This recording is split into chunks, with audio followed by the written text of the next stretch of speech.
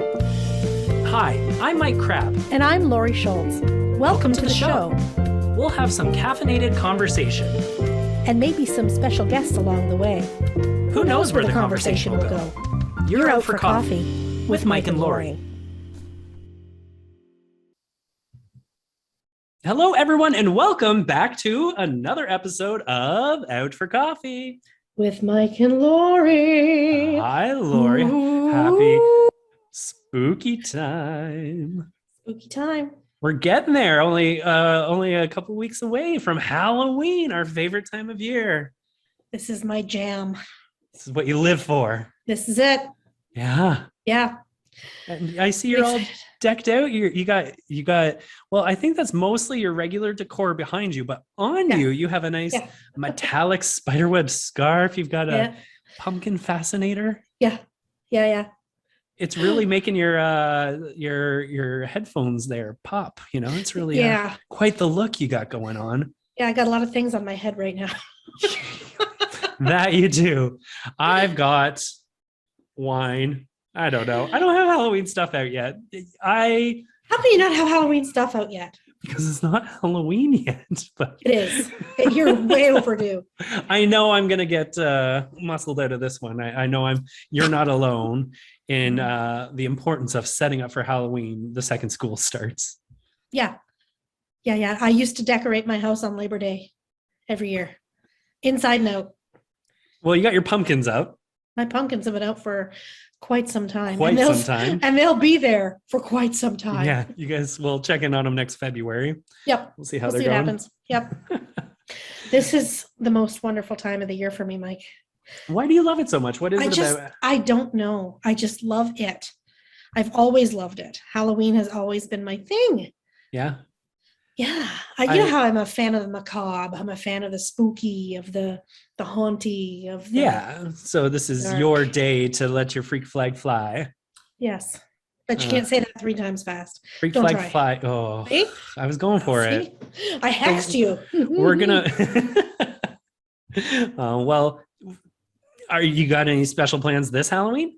Yes, Mike. And I think you do too. What are you doing, Laurie? Mike, I'm going to the same dinner party you're going to. We're going to a dinner party. Yes. I'm really looking forward to a dinner party, and it's going to be spooky.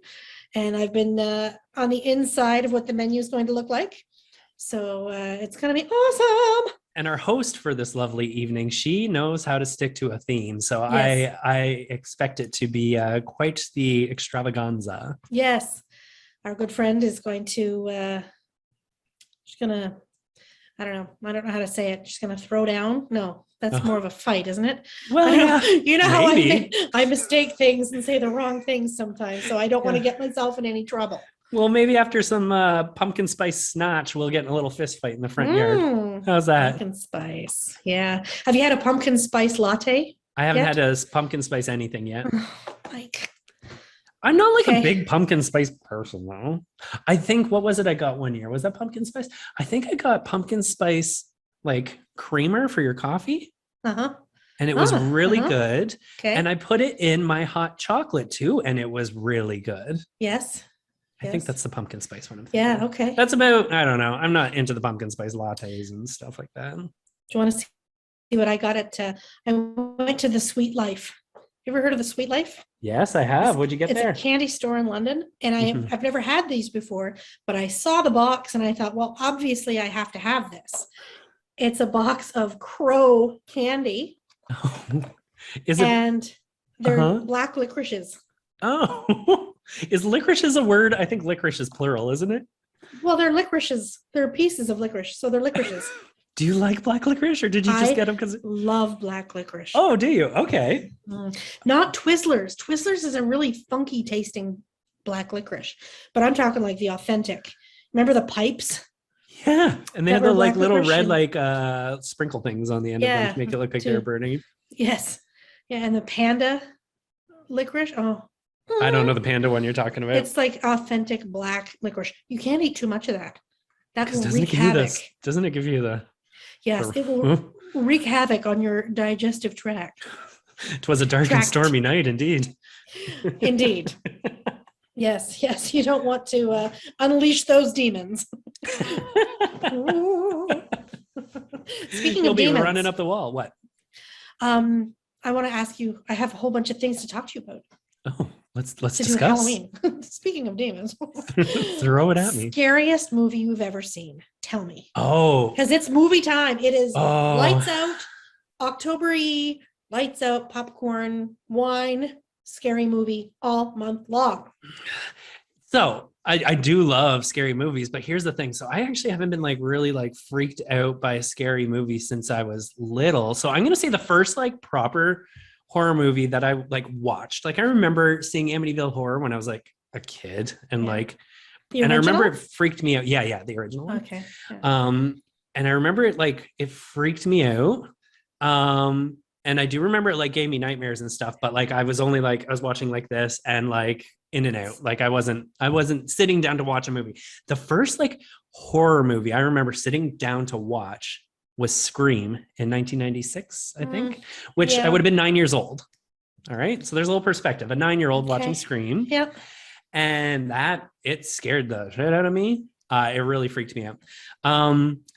And then I got like, so when I started working at Blockbuster and watching more movies, I don't find movies scary anymore.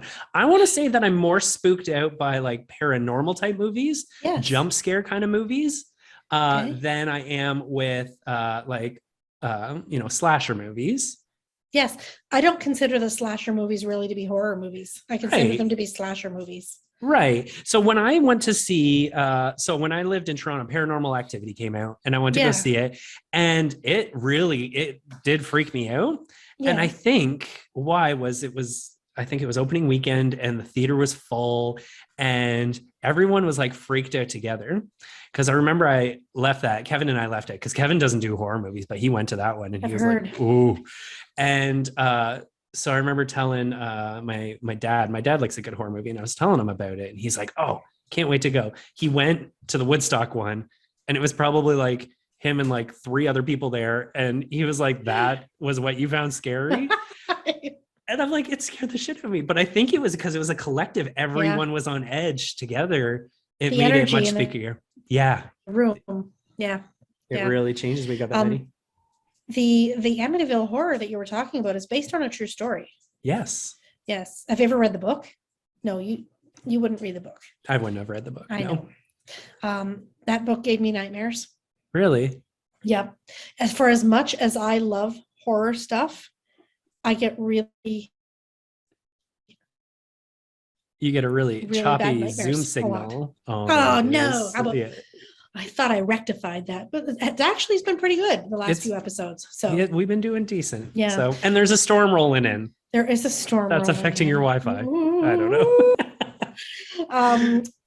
But no, what was I just saying? We were talking about Amityville Horror and how much the book scared you. Oh yes, I get really bad nightmares. I suffer from nightmares a lot. Mm-hmm. I wonder why. Like my whole house is like Morticia. Whatever. But no, I do get nightmares. But that movie scared me. All of them. The prequel to that movie I found scarier. Which one? The prequel would have been. I feel like it's one of those ones where it was like Amityville Horror 17. No, it was part 2, Amityville 2, The Possession, but it was actually the prequel of. It tells the story of Ronald DeFeo, although that wasn't the name in the movie, but that Ronald DeFeo, actually it was a real story where he said that he was possessed and he killed his whole family. And then George and Kathy Lutz moved in a year later. Oh, okay. Yeah. Well, that I actually feel like more in my adult years I saw the second one, and that's not ringing any bells, but I'm sure I watched it at some point. But I feel like maybe because you read the book, it sat with you. Wait, did you read the book for the prequel? Mm-mm. You read the book for the real life story, and then you watched the prequel, and the prequel got to you. And I watched the prequel about 4,500 times. Like I could actually, you know how I do this with movies. Yeah. I could actually watch it right now and recite the dialogue along with the characters, which drives everybody insane. Yeah. Which is why I live by myself. I bet if we muted your TV, you could totally close caption that for us. Yeah. Yeah. Voices and all. voices and all. And just the stupidest lines from these movies. You know me. Yeah. Not even any poignant dialogue or anything. It's just the stupidest throwaway lines. lines that nobody cares about. Laurie's got them all down pat. Yes. Now, do you remember when The Exorcist came out again? It was like the remastered or something like that. So I just remembered right now, my dad took me to see that at the Woodstock Theater, just him and I, and it really stayed with me. That to me is the scariest movie of all time. And if you don't believe it, fight me. We'll go out to the parking lot. Let's do it, because that is the scariest movie of all time. And I don't want to hear how slow it is. This is the most psychologically damaging movie.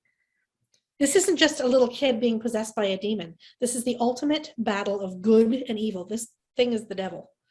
And sometimes stories shouldn't be told quickly. Sometimes you need to really set the groundwork for what is happening and how we got here. And so I have a lot of respect for storytelling that way. And it's a great book too. I bet. Yeah. William Peter Blatty, who wrote it. It was really based on a true story again, loosely, but still based on actual events. Well, and then Linda Blair, who played Reagan in that, then grew up to have a really awful childhood. People treated her so poorly because she played that role. She would have people cross the street to not walk by her. Yeah. So imagine being a child and having people so afraid of you. That's gotta do some damage. I'm sure all these child actors, child stars have their own crosses to bear. You're not wrong. Not always upside down like hers, but touche. Thank you. Hey, this is one of the scariest movies I've ever seen in the theater. Was The Conjuring and The Conjuring 2. Okay. Now I am a person who I talk a good game, but I get into the theater to watch a horror movie and I'm starting to have that anxiety, which I can't stop talking. Well, that's perfect for going to the movies. That's right. Like, oh my God, okay. I have to almost narrate what my brain is thinking as the movie is going on. So we do like to go sometimes to a matinee, like the very first show. My friend and I will go to the first showing of the day, like at 11 a.m., where nobody's going to be in there. Right. It's strategic for me because I can't shut up during the movie. And I watch it with either the napkin of shame over my face or my hands over my eyes. And I just look through a little tiny crack in my fingers. And I remember going with another friend once and I blurted out, "Oh God, this sounds horrible." And she says, "What do you mean it sounds horrible?" And she looks at me and I had my hood right over my face. I couldn't see a thing. Couldn't even bring yourself to it. Yeah, but I'm the person who you don't want to be sitting in front of because that popcorn is going. I am a jump scare person and I'll go, "Oh my God," out loud. Sometimes I'm actually more entertaining than the movie. I was just going to say, sometimes that really adds to the effect when I've watched movies, it's a family friend of ours, her name's Julie, and we've been to, haunted houses and stuff with her. And I love watching horror movies with her because she thinks everything is the scariest and she jumps at it. And it heightens my nervousness of the movie too. So it's kind of like secondhand scares. And it kind of makes you enjoy the movie more. That's my job. Is to enhance your movie-going experience. Got it. From my psychological damage from the whatever's happening on the screen. That's my job.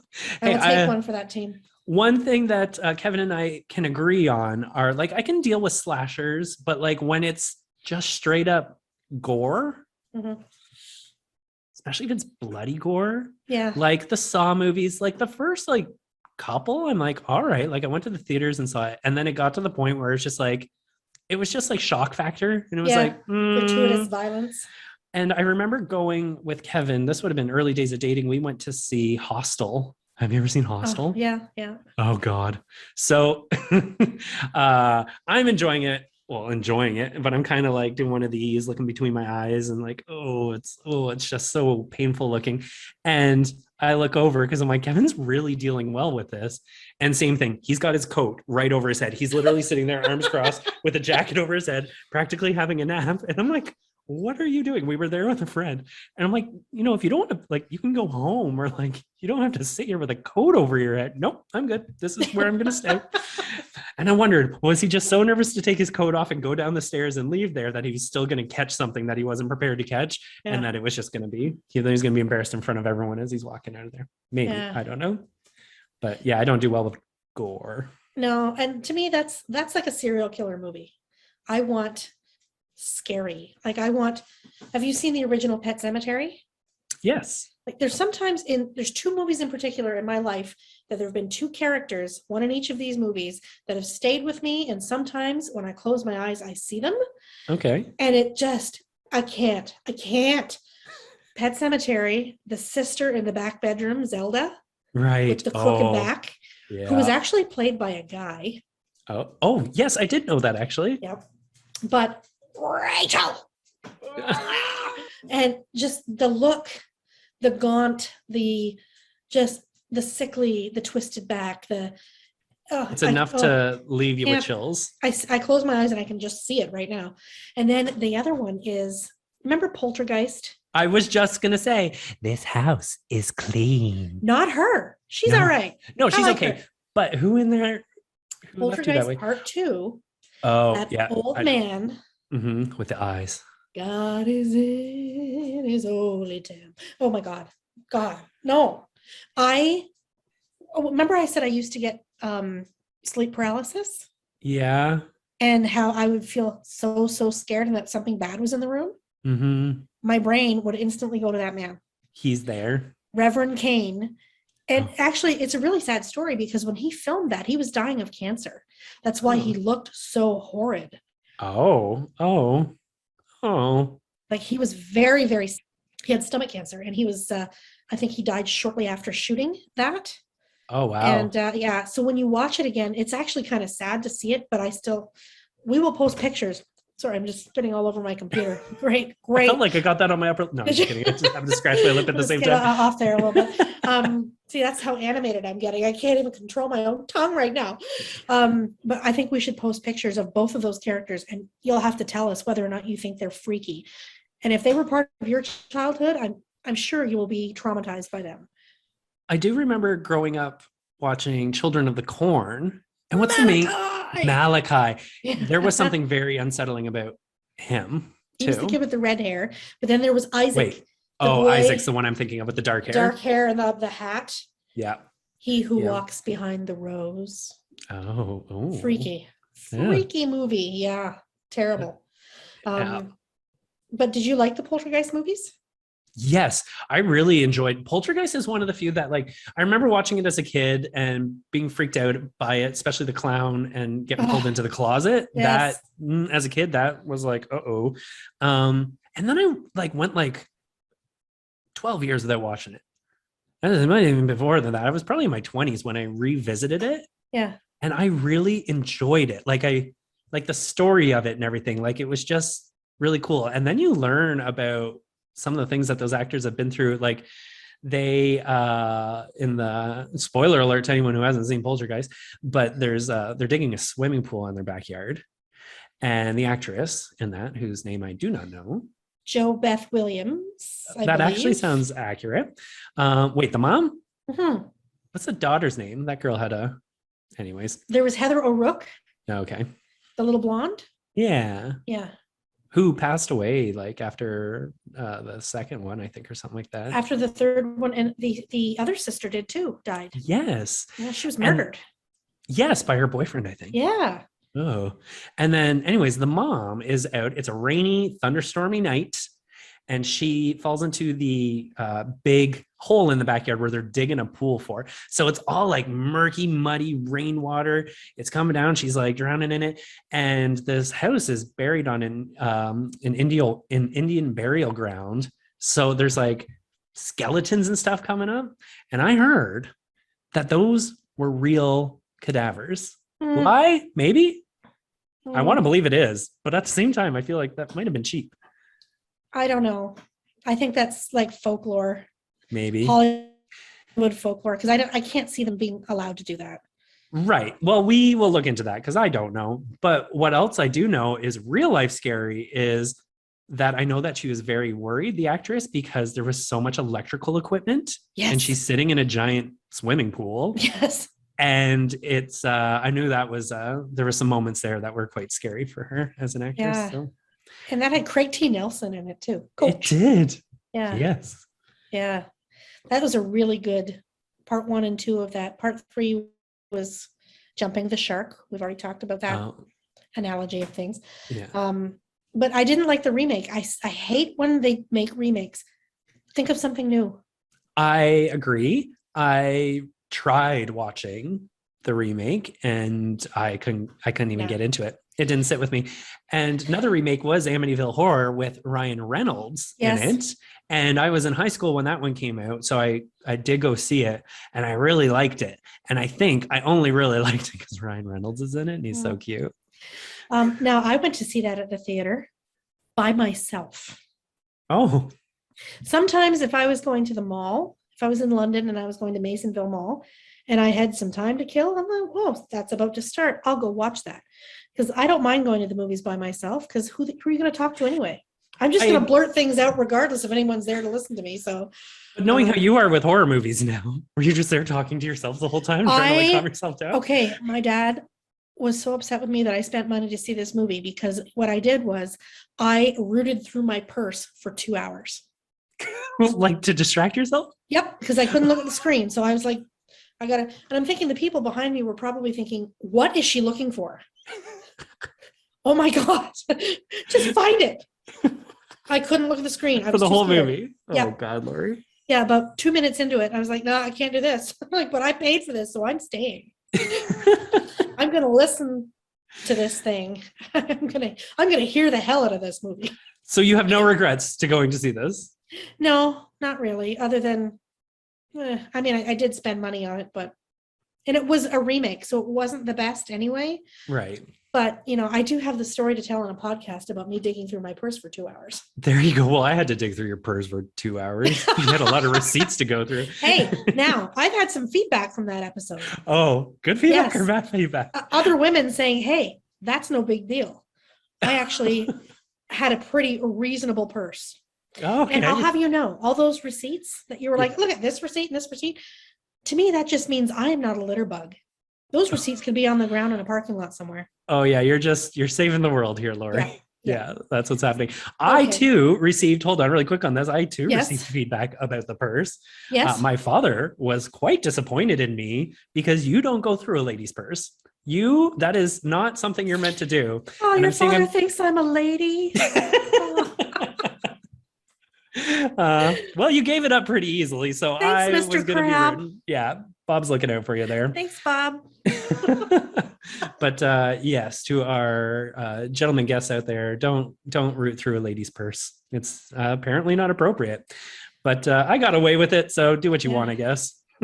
Have you ever gotten away with a really good Halloween costume? Oh, I've won best costume a couple times before. Did you now? Yeah, I would say the 2 times I won best costume, I think it was 2 times. I went as Jareth from The Labyrinth, David Bowie in The Labyrinth. Did you have the bulge? I had the bulge. Already came with, no, I'm just kidding. You can't do the David Bowie costume without the bulge. Okay. That's the most horrifying part of that movie. I can tell you that. You get an eyeful, that's for sure. You sure do. So I did that for my friend Sarah's Buck and Doe. She had a Halloween stag and doe, and I won best costume there. And I wanted that too because growing up at her house is when we always watched Labyrinth. So it was kind of like, oh, that meant something. And then another time I won best costume was I went as a witch, and this was to my friend Kaylin's Buck and Doe. Okay. And what I had done was I just took a black piece of fabric, a big square piece of fabric. I cut a hole in the head and I put on a backpack and I put this black thing over it. And so when I leaned over, it gave me this really cool, like hunchback thing. Oh. And then I had like this prosthetic nose, which was a little iffy, and a black wig, but I liquid latex, like these deep crevices in my head. And I had this like stick, and it was really neat. And kind of the bonus to it was with this backpack, you could sneak in all the alcohol you wanted and nobody knew. Michael. Doing some shots out in the parking lot. Inappropriate. Well, I spent a lot of money on games, so and I didn't win. I did win best costume though, and I did also win something else. Maybe it's just best costume. And the prize for that one was Snickers cooler full of candy, like full size chocolate bars. It was a ton of candy, and it was gone in no time. Were there any licorice crows in there? Licorice crows there were not. Okay. I have had my share of excellent Halloween costumes myself. Like I said, this is my jam, and I was the queen of the Halloween party. Right. I don't think you've ever been able to attend one of my Halloween parties. It's never lined up properly. No, not yet. And I really wanted to do it last year, and then of course COVID happened, and I thought, do I do it this year? And then it's still, I'm not comfortable having 50 people in my tiny little house. Not yet. So yeah, maybe someday I'll have another party, but I have some pretty awesome costumes that I will share on our social media. Well, I also feel like you are really good too. You have like topical costumes. Like you have, you either have pun costumes or you have something very current time, hopping in the news type things. Or they're an homage to other things. Right. Like I had, I'll tell you a couple of celebrity costumes. I've written them all down here that I can think of. One time I was the Pillsbury Doughboy's dead wife. Do you know how she died? How? Yeast infection. Oh no. Oh, Laurie. Oh yeah. Oh no. Anyway, that wasn't evident in the costume, by the way. I was Father Karras from The Exorcist. Oh, okay. Sorry. Yeah. So I had my hair done black, and I had the the black shirt with the collar, and then I poured a can of pea soup.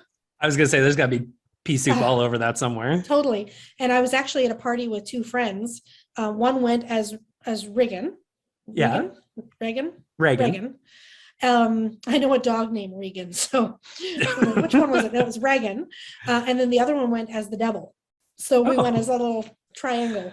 Yeah. Oh, I like that. Yeah. I also went as Mrs. Roper.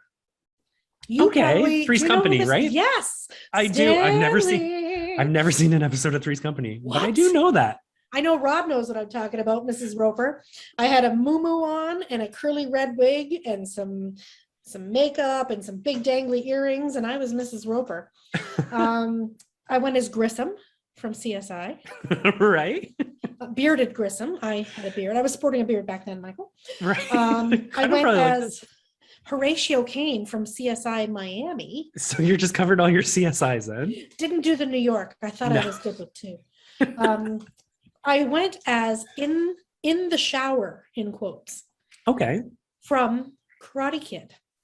Mr. Miyagi made Daniel-san a costume for the Halloween party at his school. Yeah. And it's a shower. I'm in the shower. And I will share pictures of this.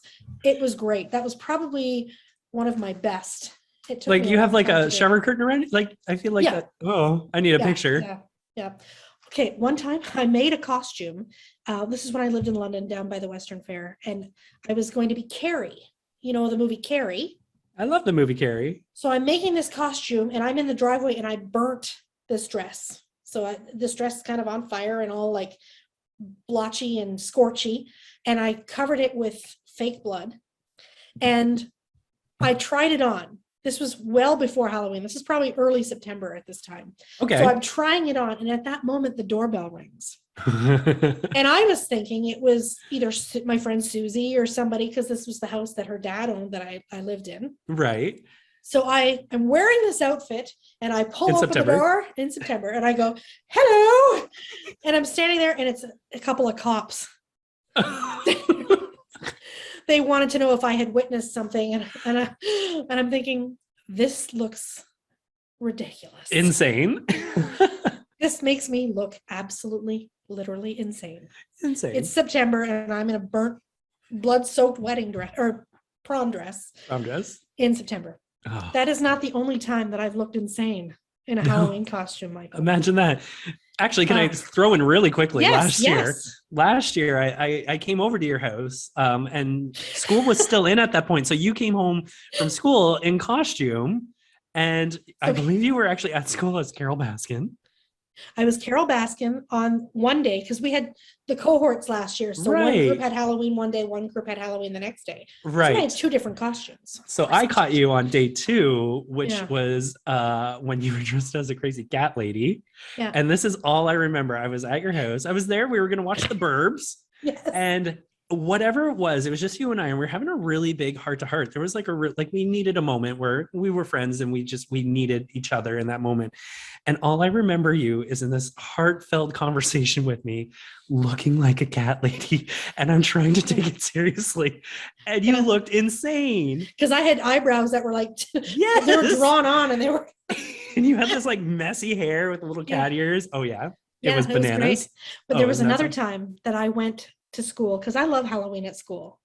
Typically, like on a non-COVID year, Halloween's a great time at school. Right. And so I went as a murder of crows. Surprise. I remember that one. That was a really good one. It was great. Here's the thing. That afternoon, I had an afternoon long meeting. Okay. And so I show up to this meeting in our boardroom. And there were people from the board there, and there was psych services there, and there was, his principal, vice principal, guidance counselors. It was a serious business meeting. And I'm sitting there, and the meeting's about to get started, and I'm looking around the table, and I'm the only one in a costume. And I'm dressed as a giant bird. And everyone's there to talk business, and there's Laurie, a big crow. The only one. Now, I think most people would be like, oh my God. And I was just loving it. I'm like, I am the only one. And of course, I'm sitting beside the boss. Right. And he just keeps reaching down randomly throughout the meeting and picking up feathers that I'm losing and just setting them on the table in front of me. Just not saying a word. Just not saying a word. Just here you go. Here's another one. This is yours. Here's one.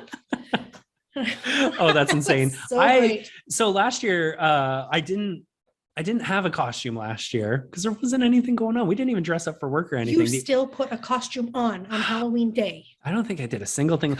Well, the only thing I did last year was for the theater. I performed Oogie Boogie song from Nightmare Before Christmas as kind of like a festive Halloween thing. And I shared that on the Theater Woodstock social media. That's the only Halloween thing I did last year, really. Mm-hmm.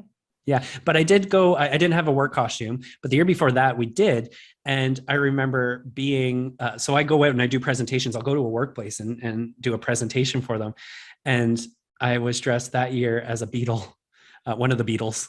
And I went to a workplace to do a presentation. And That's fantastic. I was the only one dressed up there. That's okay.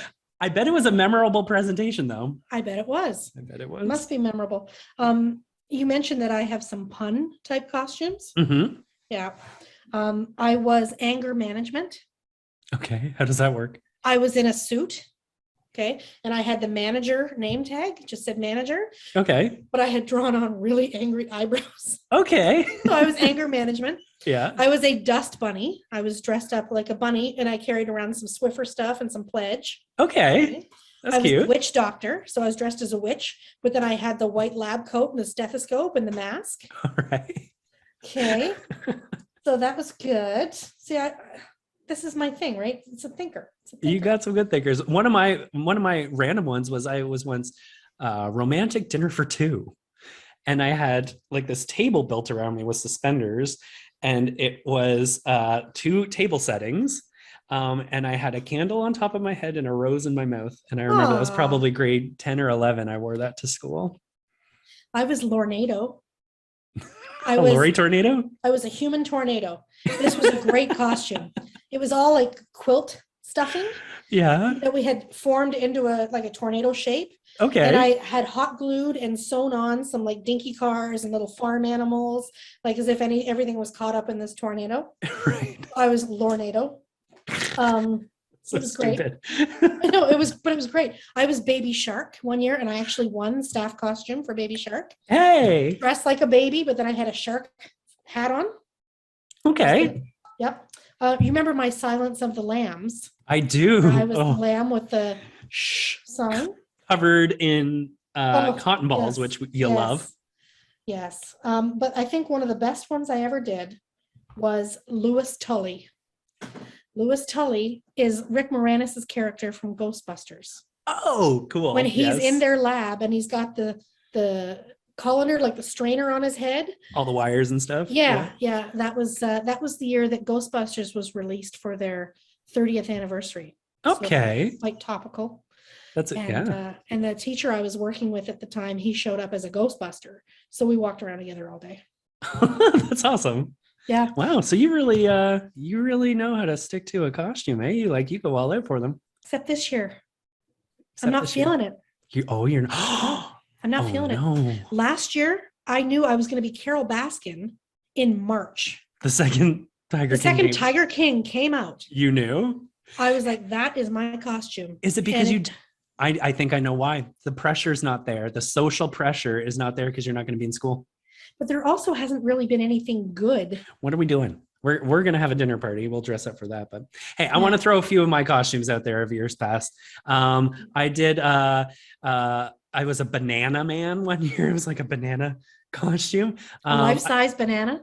Yeah, it was actually a leftover costume from Drowsy Chaperone I did a few years ago. And yet the kids had to unpeel themselves as bananas. Yeah. And I was like, I'm going to use one of these. I went as Norman Bates as his mom one year. Okay. Yes. We did a little family one. Me and Kevin were like a coach and a football player, and Prudence was a cheerleader.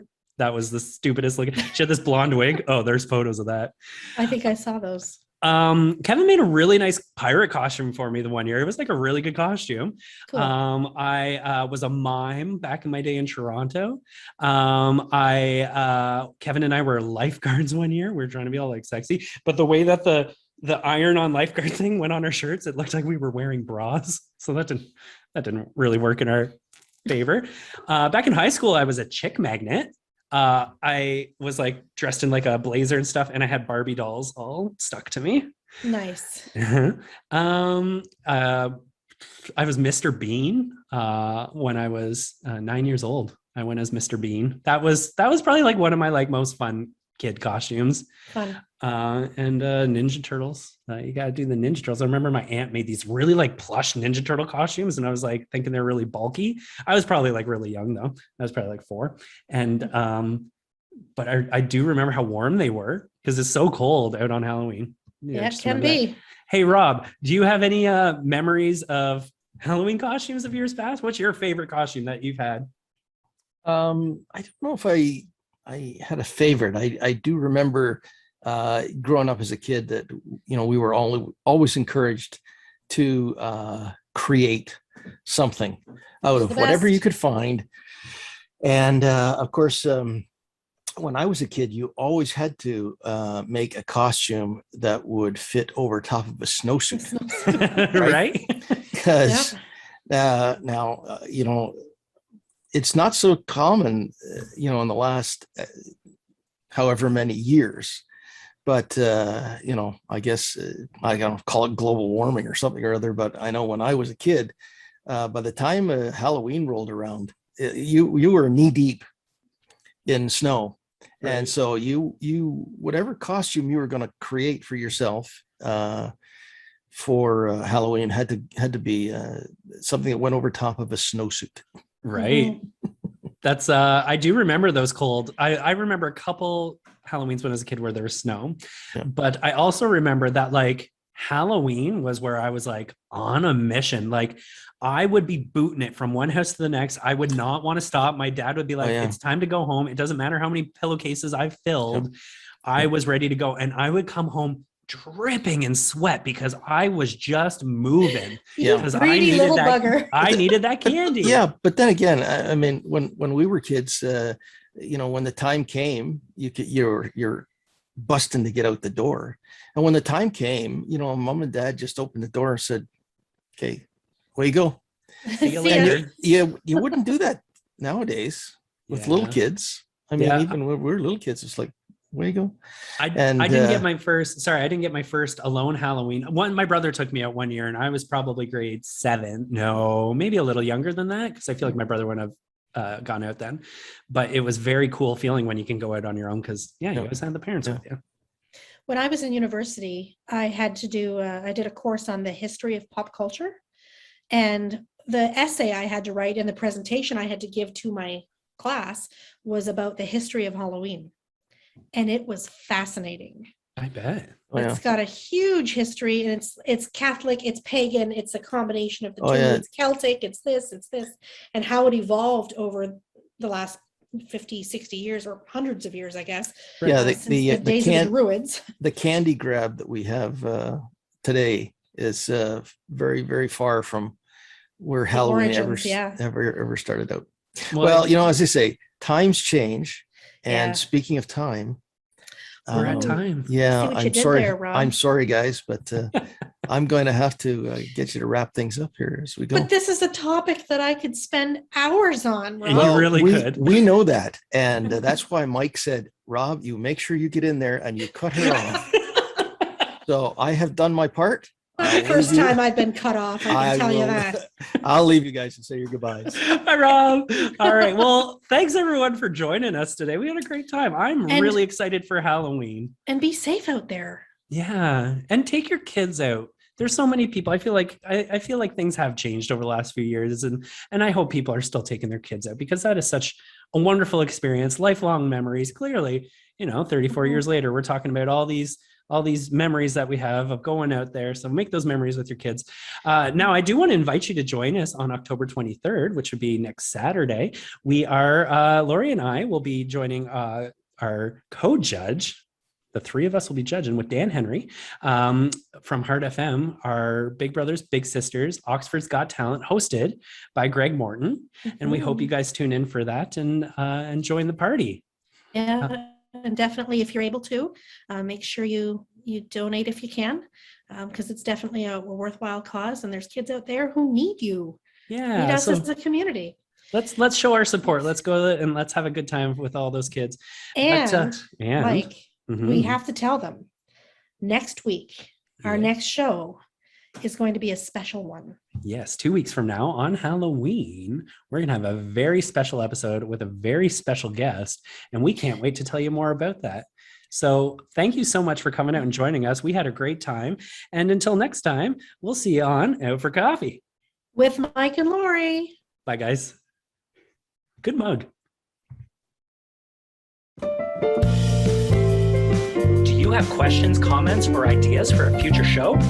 Reach out to Mike and Laurie on their social media, Twitter, Instagram, and Facebook, or email us at mikeandlauriesocials@gmail.com.